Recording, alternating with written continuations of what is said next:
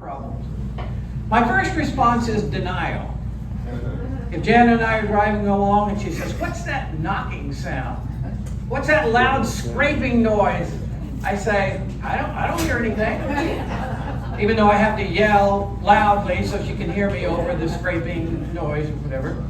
I generally just keep on driving. My theory is cars are just kind of temperamental. If you don't give them the satisfaction of babying them every time a strange noise comes up, they'll quit whining and sniveling and get back to work, right?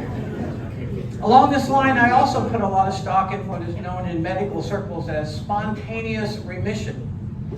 I believe that sometimes conditions like asthma or arthritis or smoke coming out of a car engine, they just go away. It's like, I don't know how it happens. You just have to respect the mystery and don't interfere. So that's what I hope for. Now, because I have approached the conditions of my cars this way, sometimes it'll just stop altogether. Complete breakdown. And I always do the same thing. Many people, especially men, do this. I get out of the car, I raise the hood, and I look inside. The question is, why do I do this? I have no idea what's going on. Like if there was a giant cavity where the engine is supposed to be, I might go, something's not quite right. Or if there was a giant on-off switch and it accidentally got flipped to off, then I flip it to on and everything will be okay again. But in reality, I might as well be looking in the engine room like of a nuclear submarine, because I have no idea what any of this does. Now maybe some of you like me are kind of mechanically challenged, technically challenged. But there's an area of life where experiencing a breakdown is a lot more consequential. It's more frustrating, it's more confusing than just a blown gasket. And that's when you experience a relational breakdown of some kind, especially with people that you're close to. And a lot of us approach a relational breakdown with about the same amount of confidence and competence that I do a mechanical breakdown. Well, I'm glad you're here today for part 1 in a series on how to have healthy relationships. We all want that. How do you have it? And at this time, I'm going to ask my wife, Janet, to join me up here. And she's going to provide you with a little background on when she first came to the church. Where is it? Over there? You want this one? All right. Just always tell me what to do. She's going to provide a little background on when she first came to the church. And I was in a series that helped her to fall hopelessly in love with me. So she's going to tell you the story. Exactly what happened. Well, I was attending college at OU. I was going to grad school working on my doctorate in communication. And in February of 1982, a couple of friends invited me to the church. 92. Oh, sorry, 92. You said 80. Yeah, I was like 10. Anyway, in February of 19, that's how it was. Yeah, no, you were not 10 in 1982. 1992, a couple of friends invited me to church. And one Sunday I showed up, and you know how Russ walks around and talks to people before the service, so he did that, and he would walk around and talk to me and just linger a little bit and keep doing it. And week after week, he would do it more and more. And one day, my roommate said, "Do you want to hear something kind of creepy? I think that pastor guy might like you." And what was kind of funny is I guess I kind of liked him too. But you may be thinking, what was the draw? What drew me to Russ? Was it his sense of humor? Was it his dazzling charm? Was it his good looks? Was it his quirkiness? What was it? Well, actually, it was what he was talking about when I showed up that Sunday. Because Russ was doing a relationship series, and he was doing a talk much like the one that we're doing together here today. And I just remember sitting out there thinking, wow, he really gets it. I mean, he understands people, and I agree with everything that he's saying about relationships. He is just like me. I mean, he really gets it, and I love that. Well, fast forward a few months later, when Russ asked me out for the first time, And he asked me to go to lunch with him, but I didn't know what he was doing. If he was trying to date me, baptize me, I did not know. That's how smooth he was. So I said, well, why don't you just come over to my apartment and I will make lunch for us. Dead silence. I don't know. I mean, I just thought, we might go somewhere public, maybe we can't just have lunch. Well, it only took a couple of days, and I was so confused. And I remember saying to him one day, I said, all that stuff you talked about in church, about relationships and how to connect with people and all these things to do, I just don't see it, really. And you're not very good at it, really. And he goes, well, just because I know what the Bible says, and I believe what the Bible says, and I know these are the right things to do, Jana, it just doesn't mean that I know how to do those things. And I remember thinking, are you kidding me? And that emoji where you slap your like that, that's what I wanted to do. Because by that point, I was already drawn in, and I was like, oh, there's going to be so much work to do. But, I've always really liked the challenge, and let me tell you, Russ Martin was definitely a challenge. Relationally was the only part. Anyway, we do have a few pictures I'll show you up here. This is when Jana's aunt took us engagement pictures on the left side. I was like, I don't want to do that. But I had to do it, and then finally here we are looking more normal than all those other pictures. But when you think about it, our lives are made up of a network of relationships. And when those relationships are happy and loving and positive and healthy, they can really, really enhance your life. But when those relationships, even just a few of them, are unhappy, frustrating, negative, and unhealthy, they can really make your life miserable. Now, we're all wired up a little differently, including our relational capacities. Jana has a much bigger relational capacity than I do, and if you had to pick from one end of this or the other, how many of you would say you basically are more introverted than extroverted? How many of you would say that? Okay? How many of you would say, no, I'm more extroverted than introverted? Yeah, maybe not quite as 50-50. But anyway, Jan and I have very different relational capacities and different relational capabilities. And anyway, I think it's your turn. Well, I think almost everyone here knows that Russ and I are polar opposites. And I mean polar opposites in almost every way when it comes to personality. I'm an extrovert, he's more of an introvert. And, I often tell my classes that Russ and I enjoy our time that we spend together, but we also enjoy our time that we spend apart. And we do quite a bit of things apart because, not to hurt your feelings. In front of everybody. Yes, but I just say that Russ cannot fulfill all of my people needs. He just can't. And no one person could, so it's not really your fault.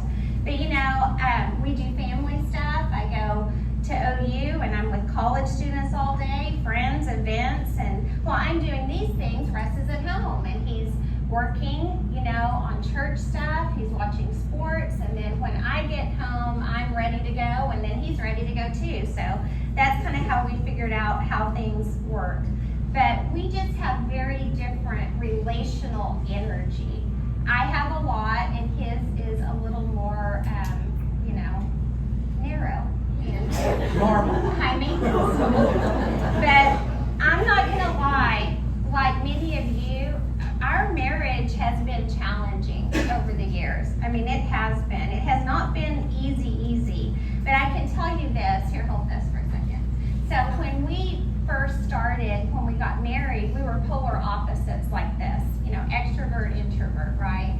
Well, what happens that's so interesting, God's sense of humor, Russ met me and he's like, ooh, she's so spontaneous, she's so fun, I love that, right? And I met Russ and I'm going, oh, he's so analytical, he's so And you know what happens? Then we get married, and it doesn't take very long at all until he's going, does everything have to be fun, Janet? Can we plan something, Janet? And he would ask me, do you want to go see a movie next Wednesday night? And I'm like, I don't know, ask me Wednesday. I mean, how would I know if I want to go see a movie next Wednesday night? And it happened the other way too, where I started going, do you have to plan everything? Do you have to schedule everything? Do you have to analyze everything? But let me tell you, what has happened over the years, 31 years, what has happened over the years, we started out here and we have slowly adapted some of each other's strengths, and we're more kind of like here right now. And you know, I can honestly say that I'm a much better person because I married someone very opposite than me.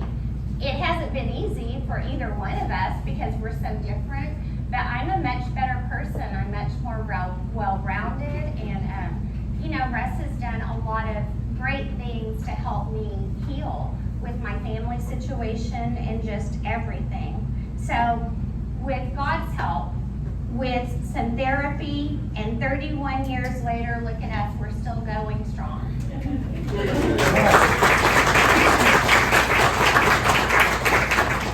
And better than ever. I love Jana way more now than I wasn't even. In love with me? I was.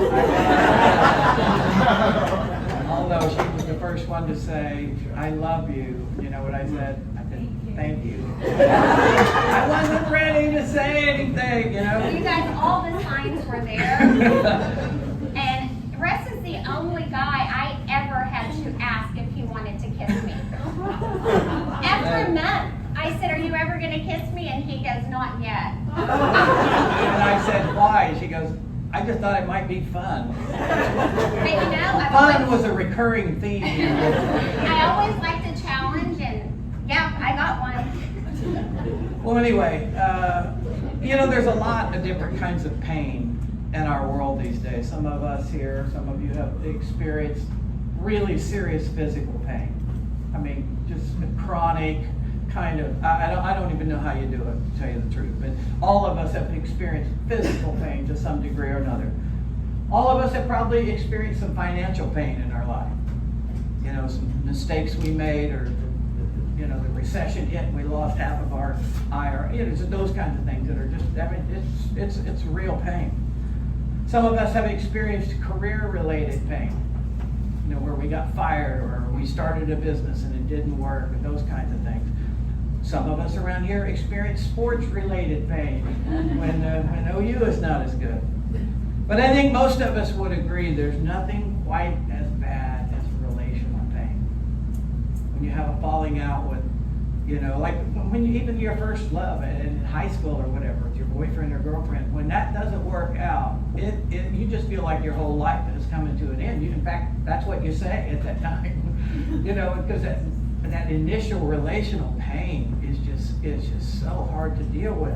You're not going to talk about your high school No, I'm not going to go back on this. again. No, I will not bring up Becky Walker one more time. But you know, as a parent, there's relational pain. You know, you're so worried about your kids, or they go through something, and you feel the pain for them that they're experiencing. I read this week that 1 out of 4 Americans are estranged from at least one family member. 1 out of 4 have no contact, don't talk to a family member. You know, so there's all kinds of pain. I think relational pain can be the worst. But when relationships are working right, life is wonderful. You know, your heart is full. When you're doing good with people, usually you just feel good. Even if you work at a place where you enjoy the people, you know, it makes your job so much better. When things go bad, if you have strong relationships, that helps you through those tough times. And the Bible has a lot to say about relationships. Matthew 22, the greatest commandment, Jesus said, is to love God, love your neighbor as you love yourself. I mean, that's right there at the very top. We are supposed to love other people. Exodus 20 talks about loving and honoring your father and mother. That's easier for some of us than it is for others of us. but we're told to love. And the story of the prodigal son speaks of the depth of love that the father has for his children.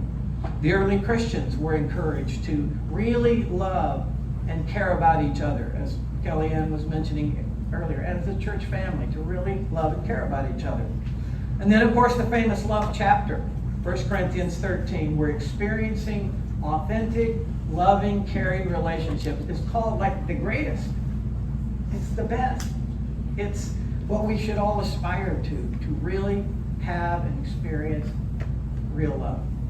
Well, today we're starting a new 4-week series on things that hinder relationships or even prevent us from having meaningful relationships.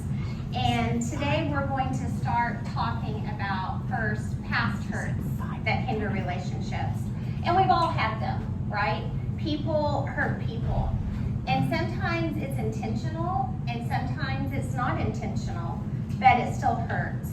And I mean, come on, we can probably all admit that we've been on both sides of that coin. We've hurt and we've been hurt, right? Well, what's the deepest relational hurt you've ever had? What's the deepest relational hurt you've ever had?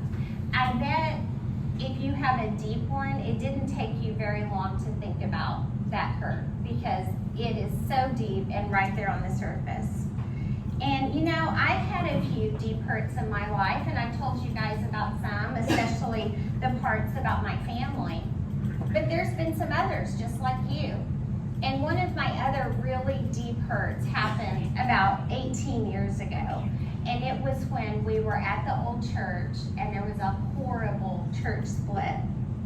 And some of that hurt looked like this. Some of the people that were our very best friends turned on us.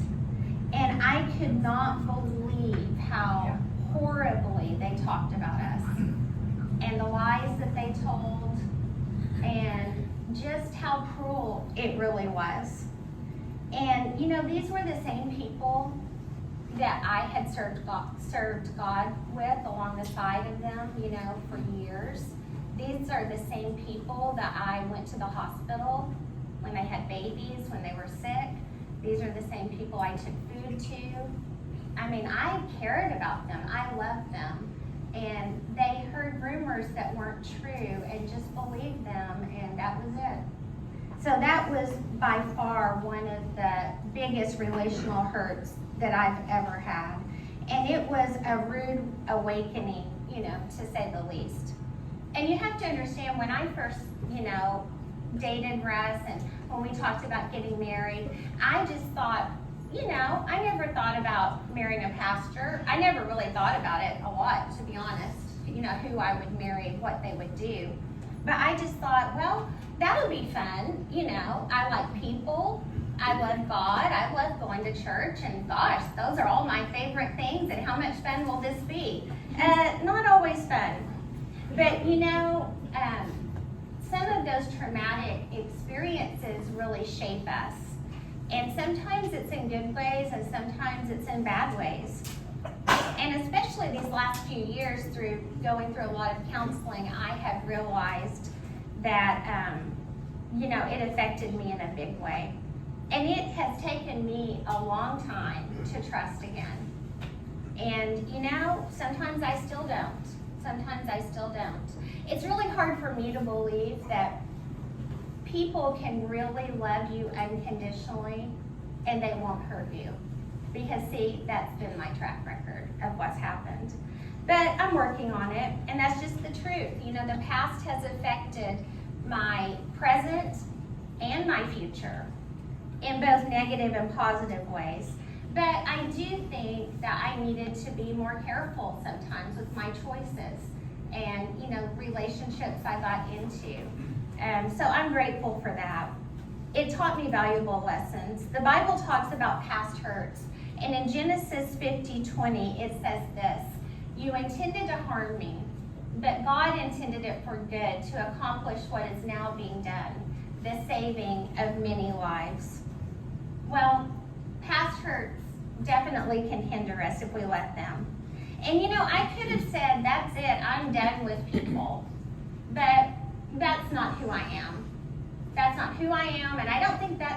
God designed us to be. He designed us to have relationships.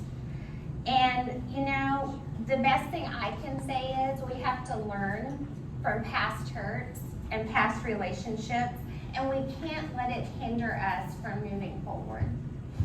That takes a while, and some of you know, and some of you may just be recently off a relationship where you were hurt deeply and you thought you could trust the person or whatever, and then you found out, like, well, you know, it doesn't make sense to you. And it takes a while, but you know, over time you can heal up, and over time God will give you the capacity and some people that you can trust again. But that's a big one that prevents people from even having significant relationships, because they're like, when I've done that in the past, you know, the pain, the hurt, I got burned so badly, I don't want to ever risk that again. And so that happens. A second reason that at least a few people don't have, especially men, I think, don't have a lot of meaningful relationships. We just don't know how to do it. That's part of it. We just don't know how to do it. Just like I don't know how to fix a car if it breaks down. Well, some of us on relationships, we just don't really know how to do it. And so we kind of fumble our way, and we do things that maybe push other people away inadvertently. A recent study revealed that only 1 in 10 men over the age of 30 have even one truly meaningful and close relationship with another guy. Men have what you might call convenience friendships. You know, somebody, you see them at work and you kind of like them and you hang out a little bit. Just, it's a matter of convenience. Maybe it's some people at the gym that you've gotten to know, and they're nice, and so it's like, yeah, hey, so-and-so, and you kind of have that sort of relationship. Maybe it's somebody that you do business with. They don't work at your place, but you interact with them and say, yeah, I kind of like that guy. You know, he seems like a nice guy. But one psychologist put it this way: for the average male, the very idea that he could forge emotional bonds with another man contradicts everything that makes him male. I think just almost inherently, men are a little less likely to be good at relationships than females are. I think some of us learn to mimic friendships. We do things that we see other people do, but the real underneath part, the heart part, where you actually care about and get to know people and are vulnerable with people, is sometimes hard to do. And I think a lot of men are like that. Maybe some women are like that. But I can't tell you, some of you think I'm still relationally challenged today, and compared to some people I am. But I got into ministry because I care about people. You know, I believe that God called me especially to try to help point people to salvation through what Christ did on the cross, people who are lost, people who are far from God. I care about people. But I found out that as I started doing ministry and started trying to put together a plan of a way to help and reach people, that for the first time in my life, people were like, oh, gosh, you know, slow down, or quit being so bossy, or quit, you know, things don't have to be just exactly right, or whatever. All that. I was like, no one had ever said that to me before. Maybe I just didn't hear it, I don't know. But when I was younger, but when I got in ministry and started trying to accomplish something for God, then I started getting all that kind of negative feedback, like, well, what in the world is going on? I'm doing this because I love people. Now I'm kind of inadvertently, you know, hurting other people in some different ways, or they're upset with me or whatever. And it really concerned me. And when I met Jana, and I would have to say Donna Lee too, before Jana, helped me a whole lot. But Jana has helped me a lot to understand better, you know, how to handle different situations. I've read a lot about the 4 temperament types that we talk about occasionally, and that's helped me relationally. But for those of us who think, you know, you may think, maybe I don't know how to do relationships as well as I think I do. Next week, the talk is going to be on essential ingredients to meaningful relationships. What are the factors that cause, create, and sustain meaningful relationships? I think that will really be helpful to all of us, especially those of us who may be more relationally challenged. Well, because I'm a people person, it truly amazes me how some people don't know how to do relationships, you know, in a way that works. I mean, yes, they're complicated, but so many people don't know how to be in a growing, healthy, thriving relationship. One semester when I was teaching my class, one college student, we'll just call him a smart astronaut, and he raised his hand and he said, "Excuse me, but isn't all of this just common sense?" It wasn't Stephen. And I counted the 10 and I said, yes, for some people, it is common sense. For a lot of people, it is not common sense, I promise you. Trust me. I have 3 people in my house that this is not common sense for.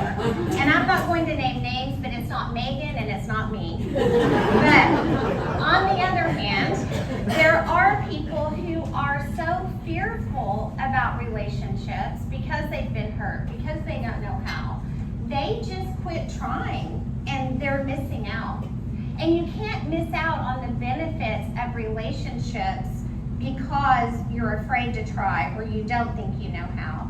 And through this series, we're going to cover a lot of helpful tips and tricks that will help you with your own relationships. Well, Tina, if you'll put the poster back up for a moment, the series poster, you can see here that that's you in the middle, obviously, and then all around you are kind of different categories or types of people in your life. If you're married, you have your spouse, you have kids, parents are still alive or in your life, co-workers and so forth. But another way of looking at this is kind of with a couple of circles. And your inner circle here would be those maybe 2 or 5 or so most important people in your life. They may be the people you live with or interact with, maybe not, or interact with all the time. It may be some really important people in your life. There's the inner circle, and there's just those people, again, the people you're absolutely closest to. Outside of that, then there's kind of they're a really important to you circle. There might be a couple of coworkers that you have that you really have a great bond and friendship with over many, many years. It could be extended family. It could be siblings, even as you get older. It could be friends you meet at the gym. It could be people that you've met here at the church. And you may not spend hours and hours with each other, but if something happens, you're going to pray for that person. You're going to be there to help and encourage. You're going to text them. You're going to do everything you can to help that person. And then outside of that are just kind of casual friendships. So if you look at this as kind of these 3 circles, I think that helps. And this series is mostly going to be about how to have healthy relationships with those inner circle people and those important circle people. Well, so far we've talked about past hurts. We've talked about how some people don't do relationships just because they simply don't know how to do relationships. And now we're going to look at the 3rd factor in hindering relationships, and that is busyness. And I know that Russ gave me this part on purpose because I am very busy and I like to stay busy. My job is very demanding and it takes a lot of my time. Family has been very demanding, especially the last few years, taken a lot of my time. And even if I have time off, I stay pretty busy because I'm a people person. And I'm busy with classes, with students, with church, with family. And if those things aren't going on, I will find something to do to stay busy. And sometimes my downfall is I can have so many relationships and so much busyness going on that I really don't have anyone, super close, or it just doesn't work the way that it should. I'm just spread way too thin. And not too long ago, I was spread too thin and I had to make some changes. I had to make them for my family because they needed me more and still do, and I had to make them for me and for my health. And I have a large relational capacity, but sometimes even I get peopled out. It's happened a couple of times in my life. It really has. Now, my daughter Megan, she's a lot like me, and a lot of times she's already frowning at me because she knows I'm going to tell something, but she's a lot like me, and we enjoy doing a lot of the same things together. together, but she's a little bit like her daddy in some ways. And Megan isn't as extroverted as I am. Megan loves people, she loves to be around people, but she doesn't have the same people energy as I have. And one day, Tanner is like me. Russ wanted Megan to marry Tanner because he can sing. I wanted Megan to marry Tanner so I could just have somebody fun, in the house. So it was a win-win, and hopefully Megan will grow to, love Tanner. I'm kidding. But Russ and Megan are not on our people level. They're just not. And one time Megan and I were driving to Broken Bow, and we talked for 3.5 hours on the drive all the way there. We get to Broken Bow, to my aunt's house, we go eat dinner, we talk all through dinner, right? After dinner, we're hanging out in the living room and we're visiting and talking, and I look up and I'm like, where's Megan? Couldn't find her. And I go in the bedroom and she's laying on the bed and she has her headphones in, and I'm like, hey, everything okay? And she's like, yeah, everything's okay. And I'm like, Megan, because I know her. I'm like, Megan, I can tell something's not okay. Did something happen? Is something wrong? What happened? Was it somebody, something, what? And she looked at me and she said, I'm just decompressing. And I said, oh, from what? And she goes, from you. She did. And she goes, Mama, everyone doesn't talk 24/7, wants to be with people all the time. And I was like, okay, I got it. But that did teach me a valuable lesson. Everyone does not have the same people energy. And I try to be more mindful with Megan and Russ and Matthew, because they need a little more space sometimes. I have no idea what that story had to do with busyness, but I just really wanted to tell it. But the bottom line is, don't be so busy that you miss out on meaningful relationships, because they're worth it. And if you don't know how to do that, again, this series is going to give you some good pointers.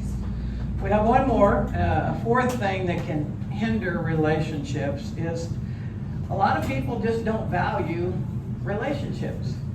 It sometimes can be referred to as individualism, where people, men and sometimes women, are governed by a very strong internal streak of, I'm going to do what I want to do when I want to do it.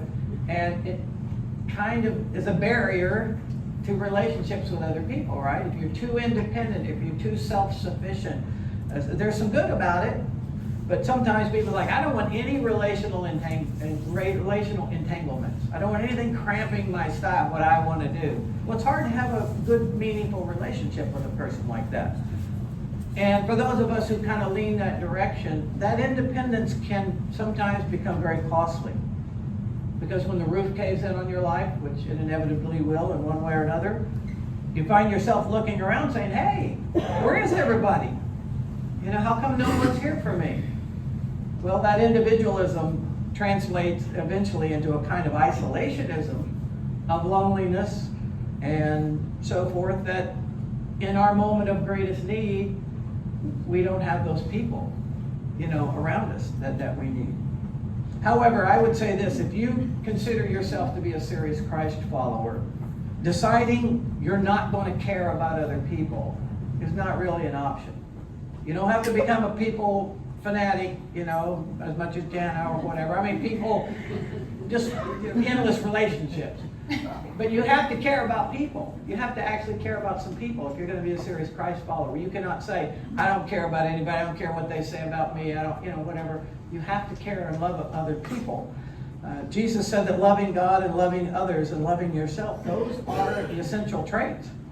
And so living a life of love, however that would, be manifest in your life, in your situation, with your relational capacity, we all must aspire, if we're going to have any meaningful relationships, is to live a life of love and have that as one of our fundamental values. Well, today we've talked about 4 factors that hinder relationships. First, we talked about past hurts, and then we talked about sometimes we just don't know how to do relationships, busyness, and that we just don't value relationships. And we hope that you guys will be here for the next few weeks, because I think this will be a really good series. And I think Russ and I did pretty good today. We didn't even practice one time, because when we practice, we fight. So we just didn't even practice one time.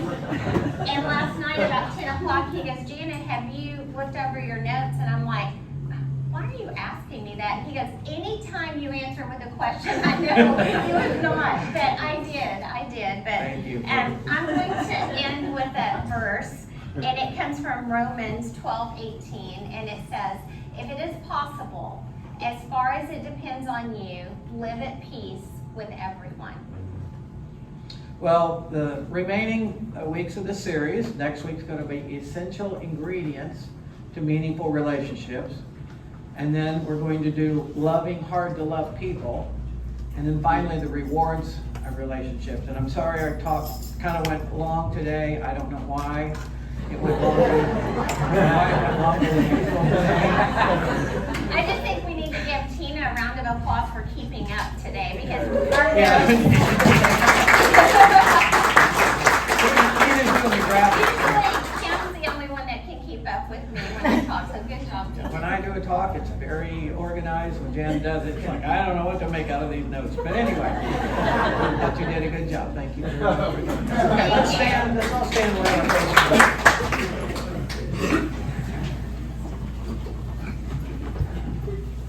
Lord, we know that you created this life where there was not just one person on the earth. And you intended from the very beginning for there to be marriage and family and friends and extended family and people that we meet and people who are casual friendships and people who are very, very meaningful. Lord, I pray that this series will help all of us to kind of reflect a little bit where we are at in our lives right now. Those people in that real inner circle, how we can love them and have real, honest, genuine, meaningful relationships with them. And Lord, how to love some of those harder to love people in our lives. That you would just elevate our whole relational experience over these next few weeks and have some lessons that would stick with us for a long, long time to come. Lord, we're thankful for the opportunity to be together as a church family today. And I pray that you be with us as we leave this place. In Jesus' name. Amen. All right, everybody. Thanks a lot for coming.